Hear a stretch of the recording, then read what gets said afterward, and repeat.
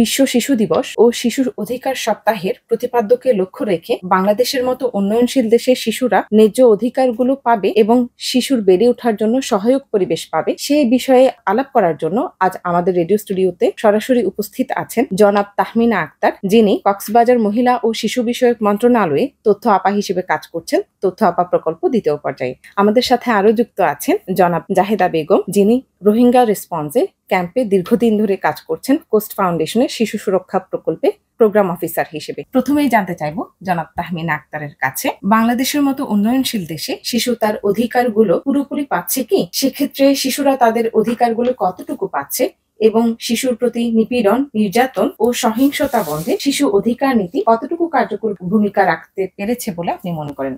ধন্যবাদ। আগের যে অবস্থা ছিল, এখন আমরা ডিজিটাল বাংলাদেশে আছি, তো সেই ভাবে তুলনা করতে গেলে আগের থেকে শিশুরা অধিকার বেশি পাচ্ছে, কিন্তু আবার বঞ্চিতও বেশি হচ্ছে নানাভাবে।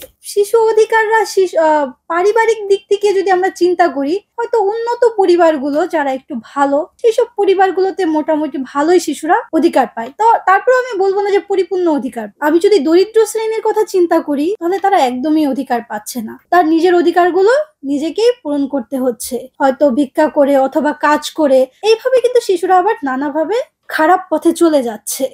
মধ্যবিত্তরা মোটামুটি পাচ্ছে, হয়তো খাদ্য, বস্ত্র, বাসস্থান, এইভাবে লেখাপড়া, চিকিৎসা, এইগুলো কিছু পাচ্ছে।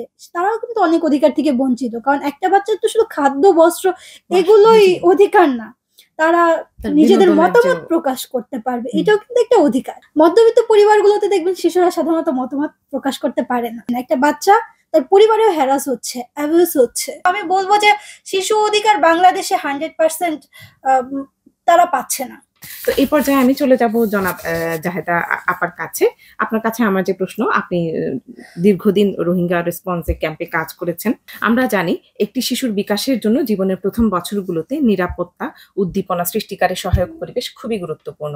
আমাদের দেশে আশ্রয় নেওয়া যে রোহিঙ্গা শিশুরা, তারা কি সেই পরিবেশ পাচ্ছে? একটি শিশু যে পরিবেশটা বেড়ে ওঠার জন্য একটা নিরাপদ এবং শিশু বান্ধব পরিবেশ দরকার, সেই ক্ষেত্রে রোহিঙ্গা ক্যাম্পের দিকে যদি আমরা বিবেচনা করতে চাই, সেই সুবাদে কিন্তু রোহিঙ্গা ক্যাম্পের কিশোররা কিন্তু পরিবেশ বান্ধব নিরাপদ পরিবেশটা কিন্তু তারা পাচ্ছে না। সেই ক্ষেত্রে যেমন আমি যদি বলি, প্রথমত রোহিঙ্গা ক্যাম্পে যে ঘরগুলি আছে সেগুলো কিন্তু শিশুদের জন্য নিরাপদ না। পাশাপাশি আরেকটা হচ্ছে শিশু বেড়ে ওঠার জন্য যে খেলাধুলা দরকার, খেলাধুলার পরিবেশটা কিন্তু ক্যাম্পে নাই। আরেকটা বিষয় হচ্ছে শিশু বিকাশের জন্য অবশ্যই পুষ্টিকর খাবার খুবই দরকার তাদের জন্য, কিন্তু তাদের মারা পুষ্টিকর খাবারের দিকে নজর দিচ্ছে না। যেহেতু আমাদের হোস্ট কমিউনিটিতে কিন্তু একটা বাচ্চা বেড়ে ওঠার সাথে সাথে তাদেরকে খাবারের যেমন যত্ন নেয়, তার খেলাধুলার প্রতি যত্ন নেয়, সেই যত্নটা কিন্তু ক্যাম্প ক্ষেত্রে কিন্তু এটা হচ্ছে না।